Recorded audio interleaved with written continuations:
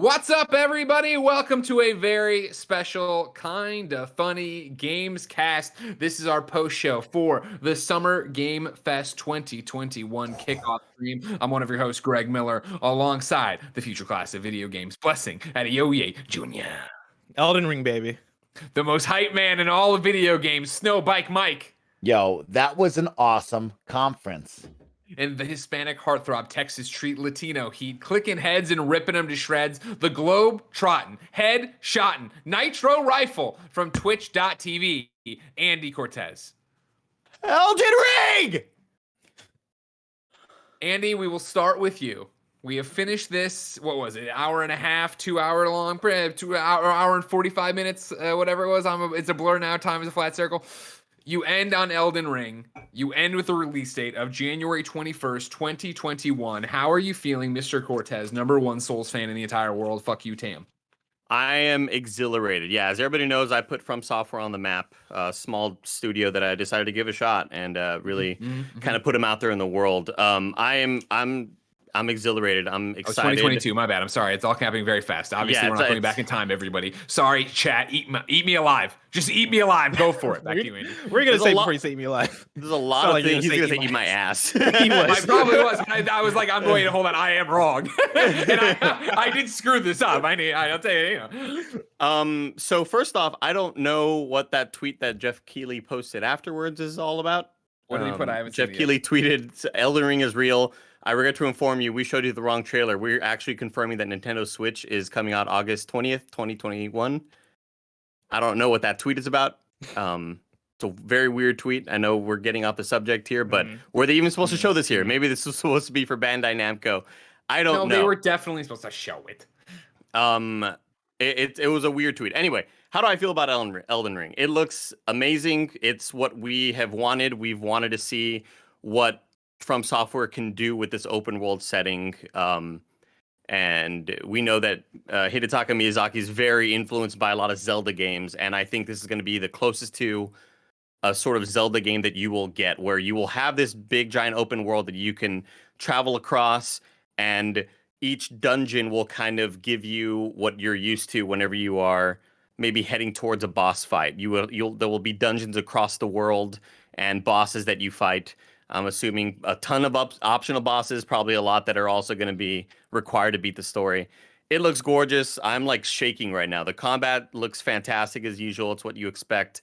And honestly, it looks nicer than what I was expecting. I was worried coming off of Demon's Souls and seeing what Bluepoint did with that and how visually stunning that is. Yeah. And worried about, here's the thing about Souls games. They're always, amazing when it comes to their art style, but visual fidelity not always the thing that they are like known to be 10 out of 10s on.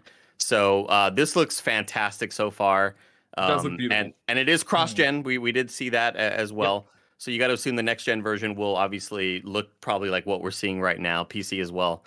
I'm beside myself. I can't believe that Keighley actually was able to get it and get it announced.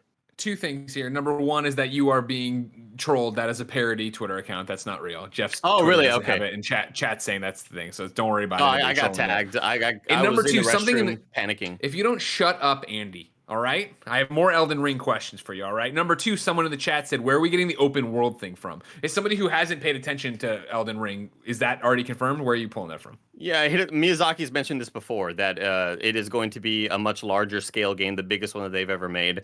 Plus, I think the showing off that you can ride a horse is showing you this is our take on traversal around a giant open field in open world. So that's been confirmed. That is confirmed. Yeah. Yeah. Gotcha. I mean, Blessing, where are you at with it? With Elden Ring specifically? Yep. Oh my God. The trailer was so good. Yeah. I mean, Andy, to bounce off one of your points, right, about graphics. Like, I'm totally with you in terms of coming off of Demon's Souls being made by Bluepoint and how beautiful that game looks and it being graphically insane. Watching this trailer, graphics wasn't the thing that I took away from this trailer. There was somebody in chat that was like, when they showed off the PS4, PS5, Xbox Series, Xbox One logos, there's somebody in chat that mentioned like, "Bless, this doesn't look like it's like graphically insane, right? Like it doesn't look like it's going to be like a next gen pushing title. I don't need a Souls game to look like that. I don't need a Souls game to be the most beautiful thing on the console. As long as it pushes the art and as long as it gets that the vibe, the world, the tone across, that's for me what I look forward to. Bloodborne has one of the best art styles that I think is in the game. I love how Bloodborne looks, and it's not the most detailed. It's not as detailed, like graphically detailed, as something like Bluepoint. But artistically, I think it pushes things, and so I'm totally fine with that. I think the some of what they showed off in terms of how the world looks and the things that you can do in the world, that stuff has me hyped. That stuff has me excited. The bosses they showed had me hyped, had me excited. There's that one boss that reminded me a little bit of Ludwig from the Bloodborne DLC.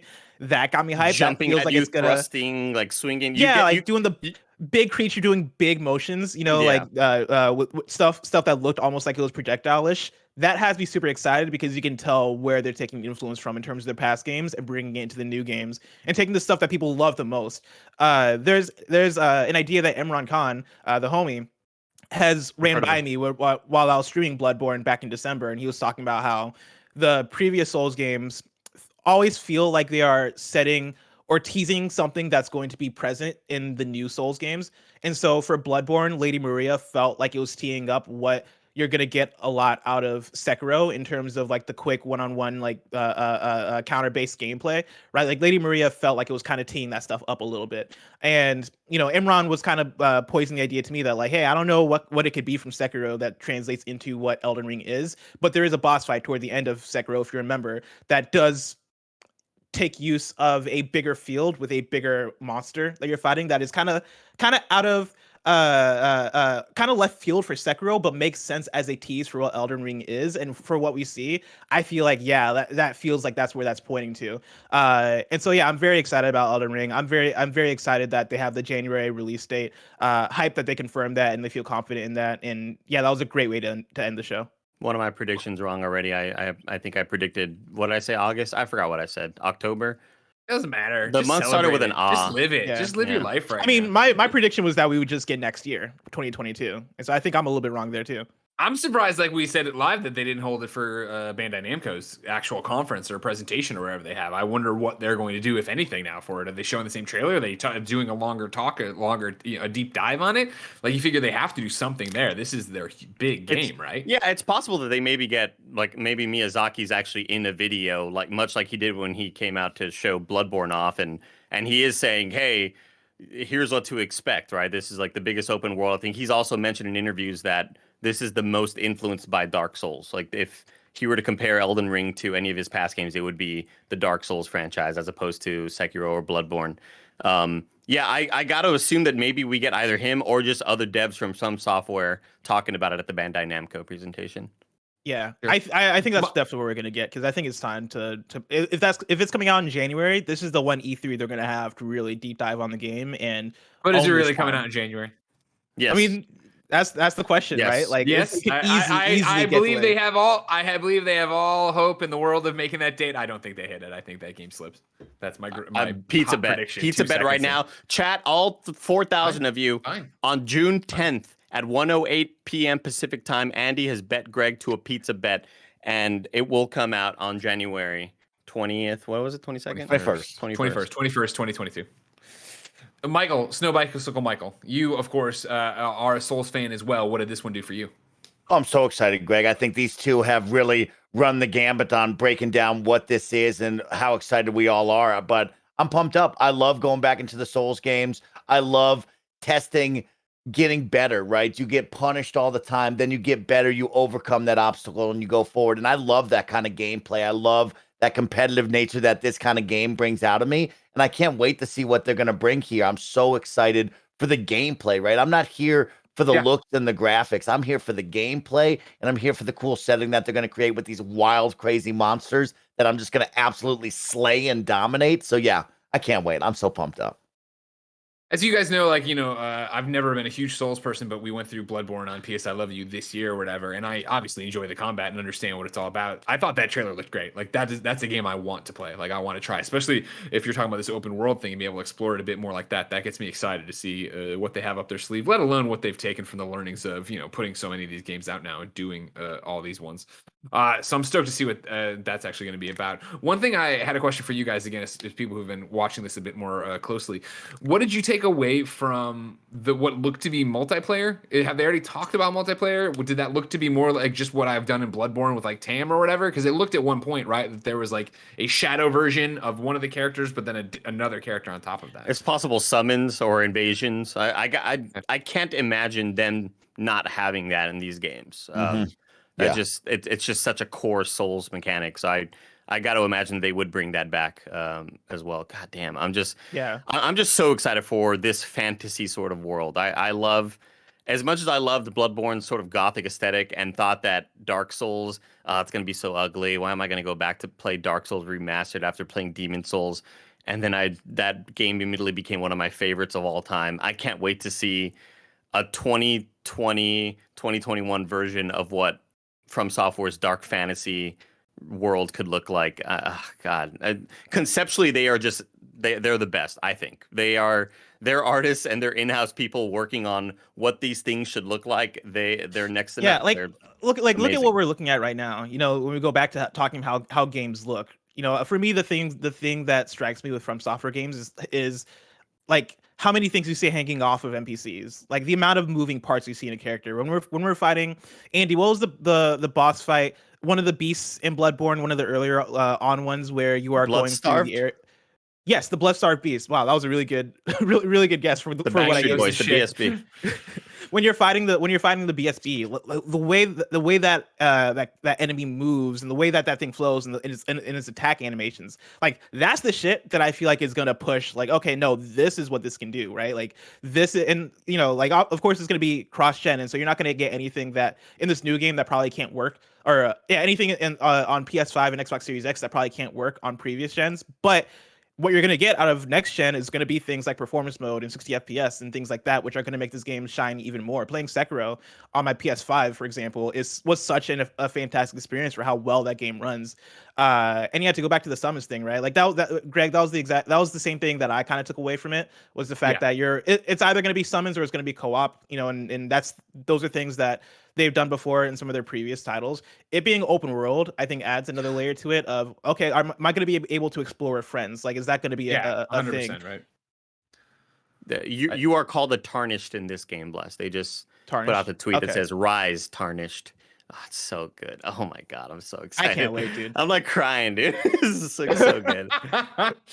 So, Snow Bike Mike, let's take a step back from Elden Ring and go super wide. All right, nearly 2 hours. No, Andy, no. Nearly 2 hours of Summer Game Fest. What did you think of this kickoff event, Mike?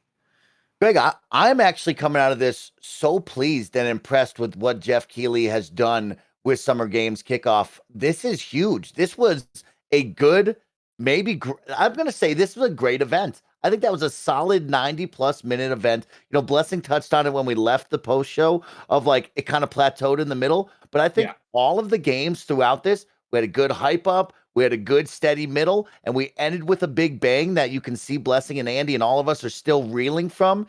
And I think all in all, that was a great performance right there. That was a solid kickoff to what Summer Games, aka E3, whatever you want to call it. This is a great weekend, and that's a great kickoff. Blessing, you concur? I see you nodding. Yeah, I think Mike kind of nailed it there in terms of it being a great kickoff. You know, when Jeff Keighley announced this event and we started talking about it on Games Dailies, the thing that's been crossing my mind is the fact that, okay, what is this going to look like compared to something like Opening Night Live and something like the Game Awards?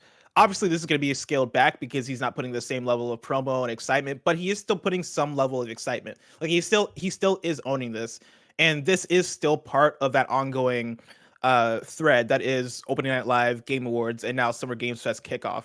And so for me, the thing that this event needed to accomplish was it living up, you know, not necessarily having to be Opening Night Live or Summer Game Awards, but it being something that feels like it fits that same narrative. It feeling like something that does have announcements that feel like they're worthy of being a part of that. And I think, you know, it standing alone as a presentation, I got a lot of critiques for. You know, I think again, I think it did plateau in the middle a lot.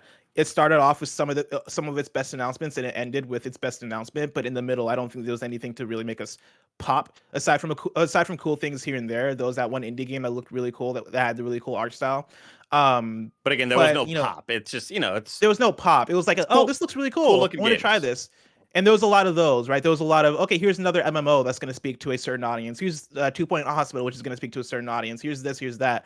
And that stuff is cool. That stuff is awesome. Seeing a Paladins Genlock crossover, is one of those things where it's like, all right, it is what it is. But I think he hit in the places that where he needed to hit in terms of the Elden Ring, Wonderlands, getting Hideo Kojima, all that stuff. And so I think overall it was a very solid conference. It's what we talk about every time we do one of these post-game analysis, right? Where you build at these shows, you have so many announcements, and you know that not every announcement can click for every person. So you need to come loaded. And for me, that's where we start from. I think it started so strong, right? We're talking about it starts with the reveal of Tiny Tina's Wonderlands, right? That Borderlands spin-off we've been talking. Ashley Zared explained it's coming in early 2022. High fantasy take on the looter shooter. It's inspired by the Assault on Dragon's Keep, the Borderlands 2 DLC people loved. They followed that up with Metal Slug Tactics, a game that caught us all off guard, and I think we all were like, holy shit, that looks great. And I'm over here screaming about Advance Wars, right? Like, that looked awesome. Then number 3, Kojima. Kojima comes out, says he's okay, and then he's like, all right, cool. You're also getting a Death Stranding director's cut, right? What do you got, Andy? I just like Kojima. I'm okay, guys. Don't worry about me. I hope I don't predict the next awful thing for the next video game. I know, right? Kojima keeps bringing up 9/11. Okay, all right. Yeah, it's like Kojima, stop. You say too much. You gotta do something. Then it's Jeff Jurassic World Evolution 2 coming in 2021. Then it is Japanese Breakfast doing their song from Sable. And then I feel like that's where we start to dip a bit. Where it's like you start with this high, and obviously you can't constantly go high. You have to come down. I think Sable looks beautiful, awesome looking game. Song was really beautiful. But then it's into Lost Ark. Then it's into talking about Battlefield 4's Amazon promo. Then it's Call of Duty Warzone, which again doesn't hit for everybody, but might get hit for you, right? You like seeing Season 4 stuff. That's a big deal, right? You get to see Season 4. They announced their partnership with Twitch Rivals for the big Call of Duty Warzone tournament, and that's a big announcement. I know a lot of us here, especially the Kind of Funny audience, you might not be into that, but like that is going to be a big pop, and that's going to send a lot of eyes into this kind of Summer Games Fest look at. So that's big. That's big. Yeah. And then it's Ryan Reynolds with Free Guy. Okay, cool. I'm glad your movie's just coming out. Sure, yeah. Huh? Yeah, exactly. I'm glad that all the people that worked hard on that can finally see their product out in the wild and be like, finally release. I did VFX on this fucking 4 years ago. I've had 7 jobs since then. Then it was Among Us, right? Talking about hide and seek, a new mode. The Jeff Mask is back. Then it's Shuhei Yoshida. We're talking about Chicory, which is out today, of course. But then the reveal of Salt and Sacrifice, which I thought, again, looked awesome. And it's really a game that Salt and Sanctuary I played for a while, but didn't get super into it like a lot of you. Like, apparently, PlayStation Vita #1 fan, Snowbike Mike over here. You want to stop talking about the Vita. But that game looks great, right? It's co-op coming in 2022. All right.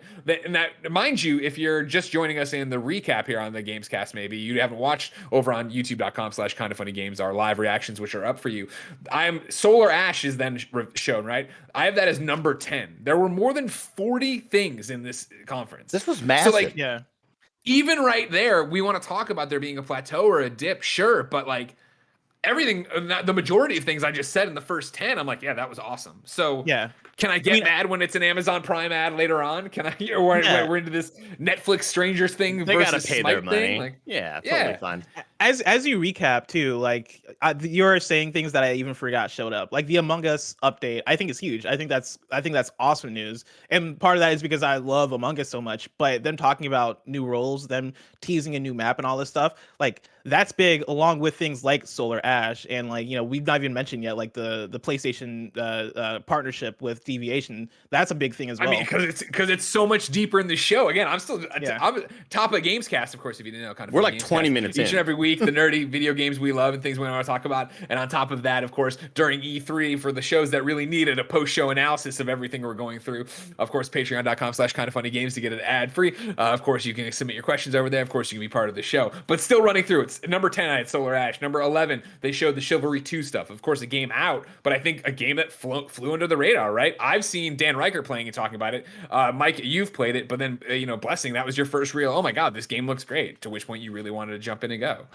Yeah, that's one that I've heard quite a bit about recently. I've had friends be like, "Yo, let's play this," and so now that I know that the next game is coming out, I'm for sure hopping in as soon as possible to play through this one or play through the first one. No, number 12 was the Valorant tease, which was just 2 seconds of what looks to be a new character, right? Yeah. Number 13 was a deeper look at the streets of Tarkin. And again, these are my numbering. This isn't anything official. As we already talked about, 2 Point Campus was on there. Then it was Netflix, where they're talking about everything that's happening at Geek Week, but then the Stranger Things Smite announcement.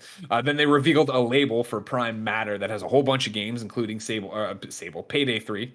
Then the Anacrusis, Anacrusis. Yeah. A Game Pass day one game. But I do not think looks good, but go get them. That's the Left 4 Dead game, right? Yeah. Yes, that's the Left 4 Dead game that looks like it looks like it's missing a lot of animations. It looks like it's missing a lot of fucking animations. Like I don't know if the game looks like it's gonna be a good game, but I just like the style of it being like a retro futuristic thing. Like they're onto something. They just need to execute. They just need to polish it a little bit more, and maybe it can get to where it needs to get to. Then it was New World. Then it was Rocket League Cross Fast and Furious. New cars coming on June. I screwed that up. June 17th. Then they showed Blood Hunt, the new one from the Vampire Masquerade universe, right? Number 21 was House of Ashes, a look at the Dark Pictures anthology House of Ashes, coming out October 22nd. Then it was a Tales of Arise reveal, coming out September 10th, 2021. Then it was Sky, officially coming to Switch on June 29th. And then also the talk of the Le Petit Prince stuff that Barrett was very excited about. Petit Prince. Number 24 by Greg's count was Planet of Lana, but it's not Lana. Lana, what were they saying? When you got a word like Lana from Lana Lang from Smallville, like come on, call it Lana. Oh, I was thinking like Lana Rhodes. With the name. Yeah, me too.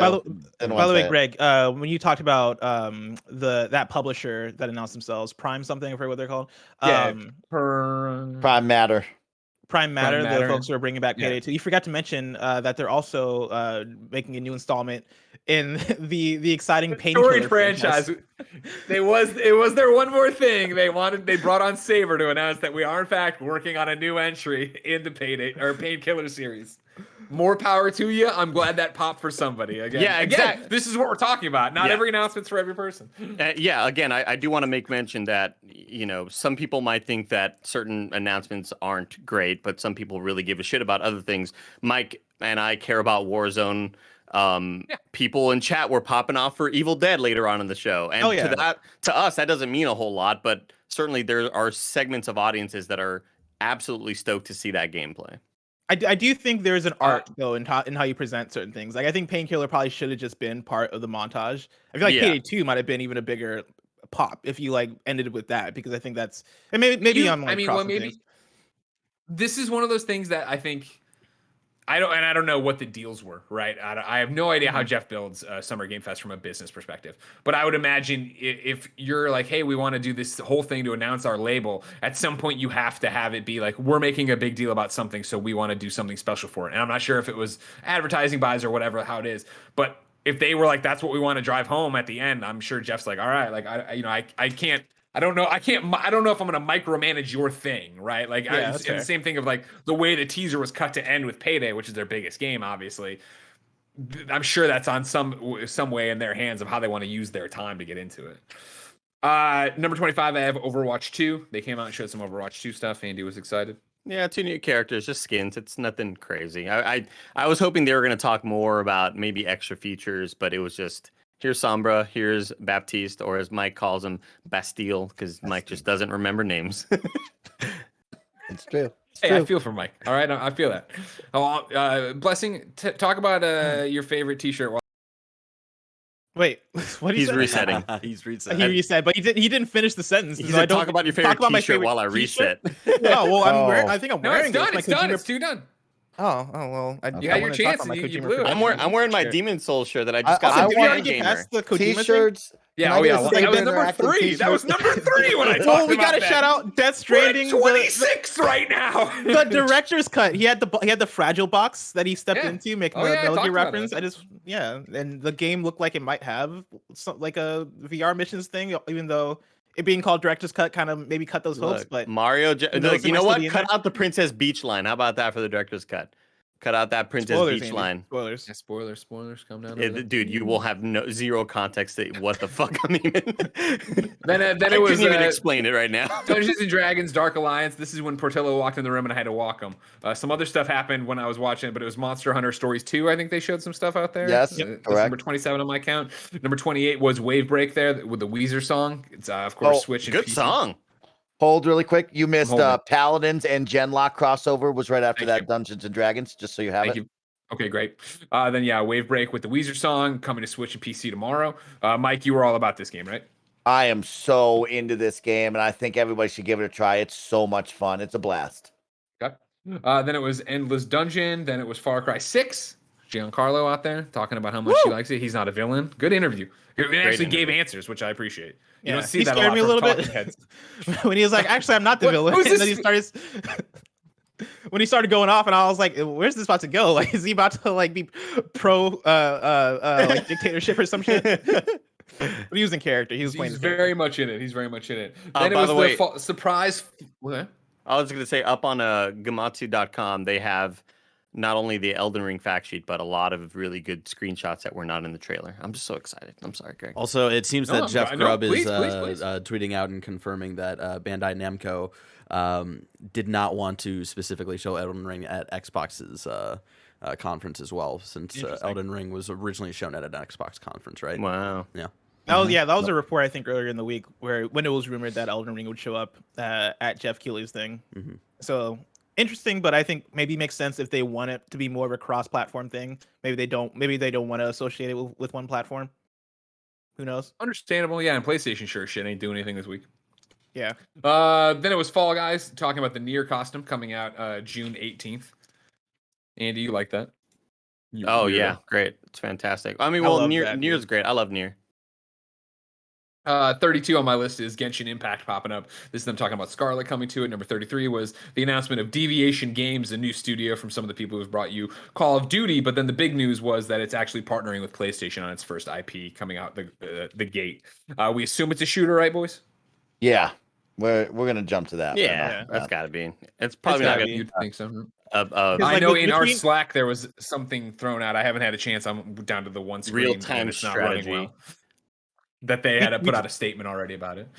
We talk a lot about how PlayStation Studios could use more versatility in the kind of games they put out because the big games we talk about are usually like the Last of Us's or the Ghost of Tsushima's or the Horizon Zero Dawns or the Third-person. Ratchet and Clanks, and it's usually always the third person action games.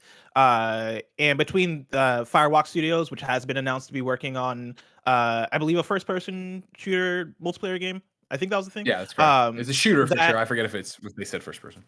Yeah, but between that and then also this studio, I think that presents for PlayStation probably a really good opportunity to diversify that portfolio and use these partnerships as the way to add more versatility to the games that they're putting out under that brand. And so good on them. Yeah. At 34 on my list, which is not an accurate count because of the stuff I missed while I walked Porty. They had the Sonic Unleashed concert. Then it was 35, some Back for Blood, just to tease there. Number 36, Tunic coming out, a game we all can't wait for. 37, Trials of Midgar. 38, Evil Dead, the game from Saber coming in 2021. A run through of that asymmetrical multiplayer that Snowbike Mike can't wait to get into. Yo, even though I'm he in. Knows nothing of Ash. Knows nothing about Ash. Who the heck is that guy? I don't Who know. the hell is that? Who the hell is Ash? Then, of course, as we've already discussed, we end with Elden Ring coming out January 21st, January 21st, 2022, next gen and current gen. And then, of course, Jeff signing off saying he'll see us again in August for Opening Night Live. But maybe more important, Game Awards back in person at the Microsoft Theater at the end of the year. I cannot wait for that. Another quick So- tidbit about Elden Ring from Please. Mario 64. Elden Ring PS4, Xbox One versions have a free upgrade to PS5, Xbox Series versions. Just another little tidbit. Okay. Very cool. And Obviously, yeah, a lot of information still coming in, and we have a lot of different emails going right now, or I do, with press releases for what's happening with all these different games. Something for us to look through and do. But well, now that we've run through the entire encapsulation, I want us to stop and think of: was this a good show? Was it not a good show? And what, like, if you want to put a rating on it, A, B, C, D through F, I want that from you.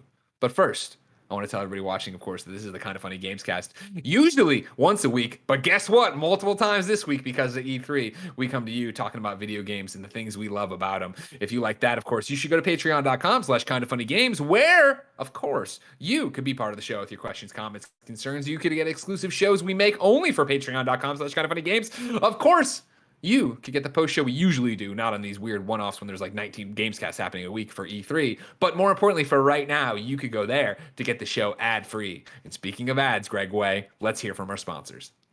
This episode is brought to you by Candid. If you're unhappy with your smile, you don't have to be. Thousands of people have used Candid, the clear, comfortable, and removable, practically invisible aligners to help straighten their teeth, and now they love their smile. Just like Sharon H. from Pittsburgh, Pennsylvania does. She says, I wore braces as a teenager. Flash forward 30 years, I had crowding on the bottom and one of my teeth actually stuck out. That's when I made the decision to move forward with Candid, and I finally got my confidence back. You could be just like Sharon. Your treatment is prescribed and closely monitored remotely by a licensed orthodontist who's an expert in tooth movement. You'll have the same quality of care you'd get from an in-office orthodontist from the comfort and convenience of your own home, and we all love that nowadays. And while other companies use general dentists, Candid only works with orthodontist. With Candid, the same orthodontist who created your plan is with you from start to finish, so you never have to wonder how you're doing. The average Candid treatment's just 6 months. You'll start seeing results way before then, and it costs thousands less than traditional braces. One of my really good friends, Danny, has used this and loves it in his teeth, looking fantastic. You can become your best you.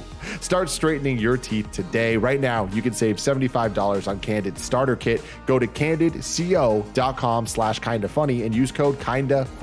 That's candidco.com/kindafunny, code kindafunny. Take advantage of this limited time offer to save $75 on your starter kit. candidco.com/kindafunny, code kindafunny. Next up, shout out to Purple Mattresses. As the world becomes increasingly uncomfortable, we're all looking for as much comfort as we can get, and that's why I love my Purple pillow. Joey loves her Purple mattress. We're talking soft, we're talking comfort, and my favorite thing about it all is we're talking about a pillow that never gets hot. You never need to flip it to the cold side of the pillow because both sides are always just perfect for me. I love it, been using it for years, and I will never turn back. Purple is comfort reinvented. Only Purple has the Grid, a stretchy gel material that's amazingly supportive for your back and legs while cushioning your shoulders, neck, and hips. I don't know how it works. It does, and it's awesome. Because of how it's designed, the Grid doesn't trap air. Air actually circulates and flows through it, so you never overheat, and I tend to overheat, so this is great for me. Right now, you can try your Purple mattress risk-free with free shipping and returns. Financing is available too. Purple really is comfort for an uncomfortable world. Right now, you'll get 10% off any order of 200 or more. Go to purple.com/games10 and use promo code GAMES10. That's purple.com/games10, promo code GAMES10 for 10% off any order of 200 or more. Purple.com/games10, promo code GAMES10. Terms apply. And finally, I want to give a shout out to Upstart. When it comes to paying off debt, it can often feel like an uphill battle. High interest rates resulting in minimum monthly payments keeps you in an endless cycle of debt. Upstart can help you get ahead. Are you carrying a credit card balance month after month? You're not the only one. High interest rates make it hard to pay off your debt, but Upstart can help. Join the thousands of happy borrowers who made that final payment, just like my friend James, who's now in a much, much, much better situation than he was before. He used to have a debt in a lot of places, was able to consolidate in one place thanks to Upstart, and now he's fully paid off.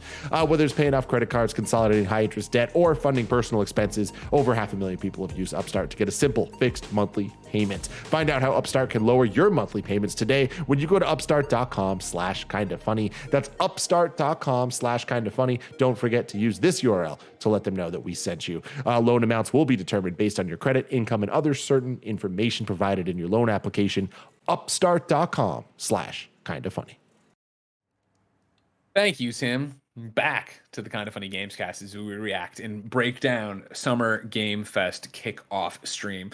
Of course, I have asked before we went into break there, what is your letter grade for this? I put it to the chat, of course, if you didn't know, during E3. All of our reaction streams are on twitch.tv/kindoffunnygames, and our post shows are recorded there live as well. Right now, it seems that in first place, it is a B rating for this. Right behind it is C, and then A bringing up the rear. I will start with you, Blessing, Adeoye Jr. What is your letter grade for Summer Game Fest Kickoff?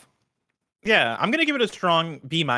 I think it Okay. did all the things that it needed to do to be a good presentation. It had the pops, it had the surprises, and us going through the list really did bring it back of, oh no, they did have a lot of things I did care about. Like they did have a lot of things. I think there were pacing things that could have been done better. There were a lot of things there that felt like they were either filler or spoke to very niche audiences that maybe could have been shown in a different or better way. But overall, like it was fun to watch, and there's a lot to chew on in terms of like, okay, cool, we got Elden Ring, we got Deviation Studios, we got Wonderlands, Tiny Tina's Wonderlands, we got Hideo Kojima showing up and getting the Death Stranding thing. Like there are a lot of good stuff here, and so yeah, B- is where I'm gonna sit at.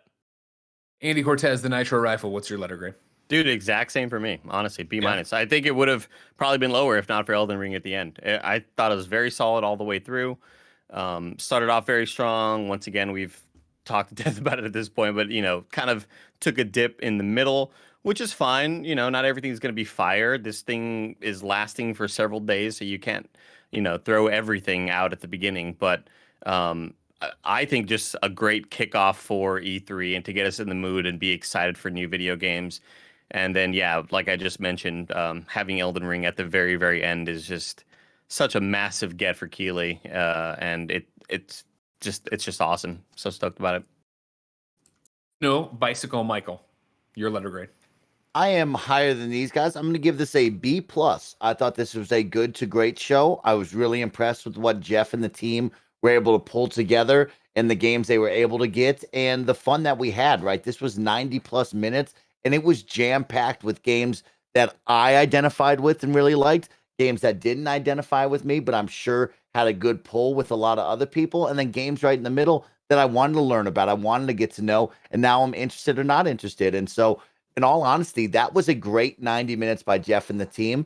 It's not super hype, right? That's why I'm not giving it the A, but like a B plus to A minus. That's where I'm ranging right now because this is good. Great job, Jeff. And I also want to point out that this was one of the more recent ones that they're getting better and better as they go, right? They're starting to learn, and we're not getting these long, drawn-out talks with developers about a game that maybe isn't, too overhyped, and it's just kind of some random indie dev talking for 7 minutes straight about why their game is special. I think there's a time and place for that, and this is not it, and I'm glad we didn't get that here. Anytime they talked to a dev, it was short and concise, and it's what it needed to be. And Jeff Keighley, I think, has done a great job of doing a stage show that works for what the world is. This isn't the first time where he's done a show on stage. Opening Night Live was also done through a stage, and I think Game Awards might have been as well. But he continues to iterate on that and make that work. And it's like at times I forgot that we were in the middle of a pandemic based on the presentation we were getting, right? Like he still was able to have people on stage, talk to them, make it feel like this thing that we're all experiencing together, even though obviously if the world was in a more normal state, I'm sure that show would have been a show with an E3 audience in front of it or some sort of audience in front of it. And so, yeah, I want to give kudos for that too.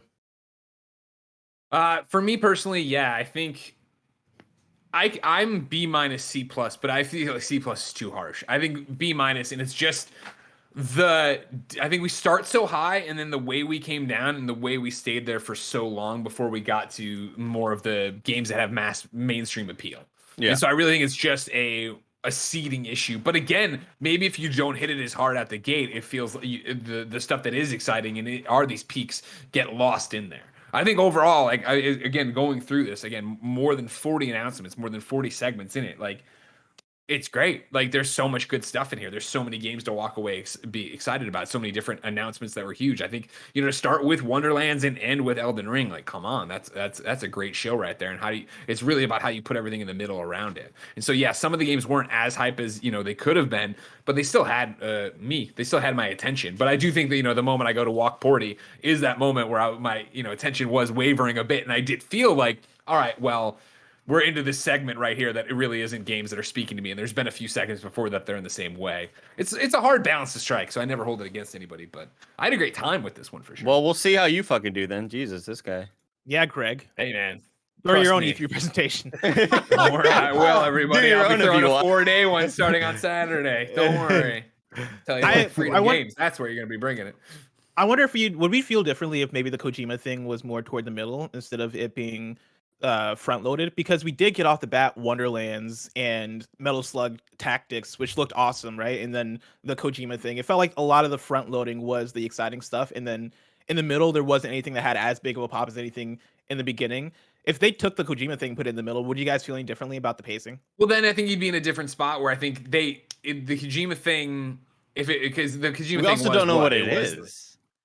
It was just bullshitting around of like, are you okay? How's COVID? I'm good, blah, blah, blah. Don't worry. 9/11. And then, hey, guess what? Death Stranding director's cut. I feel like in the middle, there might have been more, I don't know, hope for that. If that was your big peak, would that have lived up to the hype of seeing Kojima and then it just being Death Stranding director's cut? This one, you're coming off of Wonderlands, right? We were coming off of Metal Slug Tactics. Like, these were like two things that were unexpected to a degree, that were, Wonderlands being a big deal, Metal Slug just looking great, and then Kojima being there. I feel like the fact that he didn't have something huge to talk about kind of works where he is in the front there. I was also just a bit more down on the Kojima thing because I didn't think we were going to get like a goof and a director's cut announcement. I thought it was going to be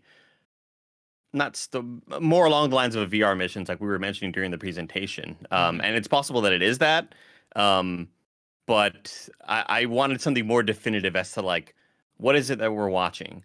Yes, this is like cute and funny and all these Metal Gear Solid nods, but like, what's it gonna be? I need a little bit more here. Give me some more context, big dog. All right. And by the way, it was great seeing you the other day. Kojima and I hung out, Greg. I don't know if you knew that. Oh shit! Oh, I didn't know that. I'm Yeah, sorry. that's Yeah. wild. What did you guys do? You play Among Us? What did you do? In LA, yeah. He dropped by my hotel here in LA. Oh wow! I mean, he's in Japan though. Oh. Blessing, outside of Elden Ring, what is like the big announcement for you? What is the thing you're walking away thinking? I mean, honestly, probably Wonderlands. Wonderlands, Yeah. I think, was such a strong start. Usually there would be my go-to would be some more of the indie surprises, but Metal Slug Tactics looks cool.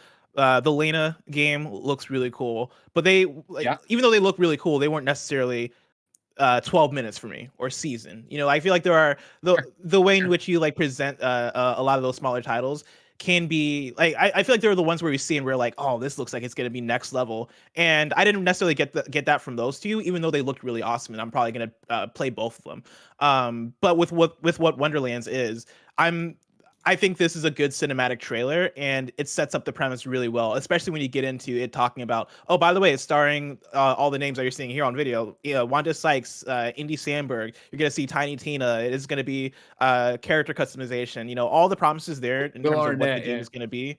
Will Arnett, yeah. The promises in terms of what the game is going to be has me really excited to play the game and try it out and hope for it to be something that sticks with me in the way that a traditional Borderlands does. And that's the thing for me personally, where, obviously being a big Borderlands fan, that's the one that's stuck out for me. And I thought it was such a strong way to start it with, right? But yeah, Andy Samberg, Will Arnett, Wanda Sykes, Ashley, of course, early 2022. But then, yeah, the thing I keep talking about after, playing all the Borderlands 3 DLC, right? Or at least trying it.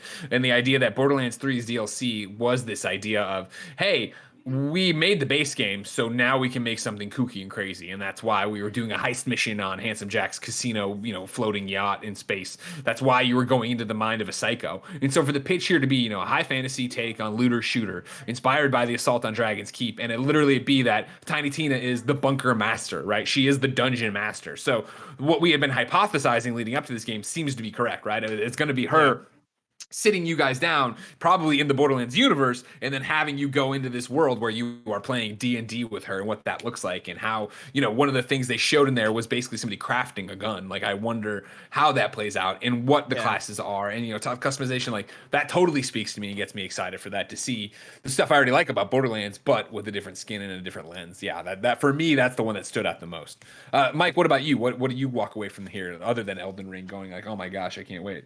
Yeah, Elden Ring was, of course, the star of the show, which was really hype. But I'll still come back to Metal Slug Tactics. I think that was out of left field for me. I think of Metal Slug, and I think of my childhood at the arcade, shoving quarters into the machine, right? And then getting it on the Xbox Live Arcade and playing certain titles. But never in my mind would I think, oh, we're going to get a tactics game in this universe. And so to see that art style, like Andy brought up, of how beautiful and how different and how special that is, I think that was really cool. Jurassic World Evolution 2.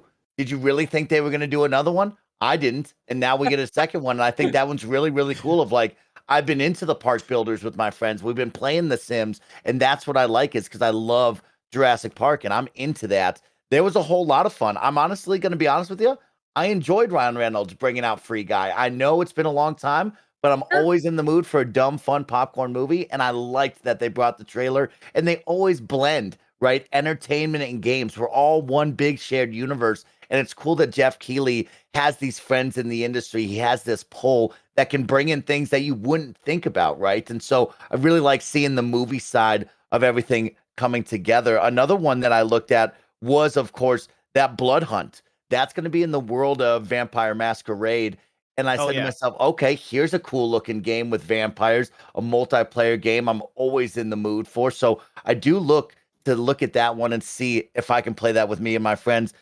D&D Dark Alliance is on Game Pass day and date. I'll definitely be playing that. Weezer showing off Wavebreak. That's something near and dear to my heart. I know, Greg, you love Weezer. I don't know who the heck Weezer is, but I'll tell you what, I know what the heck Wavebreak is, and I freaking love Wavebreak, and I love seeing it come off of Google Stadia that it was on, and now me being able to play it on the Nintendo Switch is a big deal to me. So I'm so excited for that. And I guess to end it out, I thought another cool one was for him to bring out that Deviation Game Studio and show a new development team. And then on the flip side, show a brand new publishing branch, right? Like, how many times do we get to see that in a setting like this that isn't a Microsoft, Sony, Nintendo branded type situation here? That's pretty cool to see Jeff and what he can do. So I got to say, I really enjoyed it. I had a great time, and those were a lot of the games that I enjoyed. I said B minus C plus. It's a B minus for me. Come on, we can't be. Come on, Greg. There's so much good stuff. Maybe even a B. I don't know. I'm not. Yeah, Planet of Lana. Planet of Lana stood out for me. I really enjoyed the art style of that. I had a really good vibe to it. Endless Dungeon was one that I wasn't expecting. I know that's the game that we talked about last year that is made by Amplitude Studios, and we all thought it was going to be a rhythm game. We were insanely confused last year. We're insanely confused every year. I thought it looked great. I thought it looked really cool. That's the sort of a neat multiplayer game that I could see myself getting into. I love the sort of style, that top-down kind of I don't know, gun. I'm mixing words right now. I'm like mixing all these games. I'm so like excited. I'm so excited straight. So I think you're allowed to. Don't worry. Yeah. Chat will know. It's like that gun. Enter the Gungeon is what I'm talking about. Like a 3D version of that. I think seems really neat. But aside from that, obviously Elden Ring is the one I'm most excited about. I was just kind of scrolling through and trying to see what other things that got me excited besides Elden Ring. Of course, Wonderlands looks fantastic. I can't wait to play Smite. Spike or Smite, whichever one comes. Just kidding. I don't care. I don't care about that game. Who's being rung up from a early 2000s telephone? That's a hotel. That's a hotel telephone, right? That's just how it goes. Does it have the spin dial on that? Because that's what it sounded like. That's how old it is. No, it's just one of those cheap ass, they buy in bulk hotel phones. Like, are you at the Continental from John Wick right now? All right, you know what? I'm done. We're done, ladies and gentlemen. What did you think of the kickoff to Summer Game Fest? Let us know in the comments below. Remember that this is far from the end of E3. If you didn't know, twitch.tv/kindafunnygames. We are reacting to each and every one of the conferences most of the time. We're not done yet. Tomorrow, of course, not is done yet. Coke Media. Yeah, there's plenty more to go on. We're organizing for Day of the Devs to watch that VOD right now, and you'll have that up on youtube.com/kindafunnygames. Of course, E3 proper kicks off Saturday morning. We will be reacting to that. And when I say we, I mean not me for the start of E3 because I'm hosting E3. You can catch me, Jackie, Alex, all over on twitch.tv/E3 as we kick off E3 and bring you all the press conferences. But, of course, I cannot not be on camera. So when I kick it to the live press conferences, I will then run up a set of stairs to react right here on Discord on twitch.tv/kindafunny games with the guys. So a very exciting week. A lot of content coming. Of course, this has been the Kind of Funny Gamescast. You can get it on all sorts of different podcast services, youtube.com/kindoffunnygames, but most importantly for us, patreon.com/kindoffunnygames, where a few bucks gets you exclusive goodies, ad-free versions, post shows, and so much more. Of course, that's also the entire slate of our content. P.S. I love you, XOXO, Kind of Funny Xcast, Kind of Funny Games daily each and every day. So many different things happening, but I don't need to tell you. You already know it because you're here watching our E3 coverage. Everybody, this is still day one, so Day one. suck it up. There's a lot more to come, all right? Andy, get some rest eventually. Ladies and gentlemen, until next time, it's been our pleasure to serve you.